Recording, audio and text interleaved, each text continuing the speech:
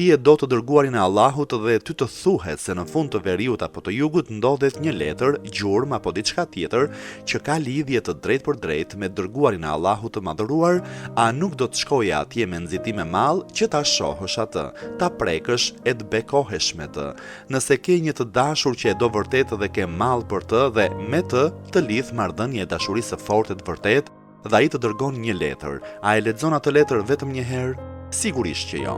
Sa herë e kujton atë, ti hap letrën e tij dhe kur e lexon me etje, me mall, dhe të duket sikur i dashuri yt ndodhet para teje. Problemi ynë është se nuk lexojmë me etje e me mall. Ky është libri i Allahut, kjo është fjala e tij e padyshuar sepse për të nuk gjendet diskutim.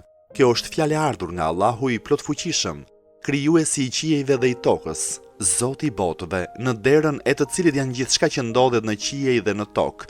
Ai është thënësi i tyre. Allahu, të gjitha këto i ka vendosur në duart e njerëzve që t'i lexojnë her pas here, çdo ditë e çdo orë.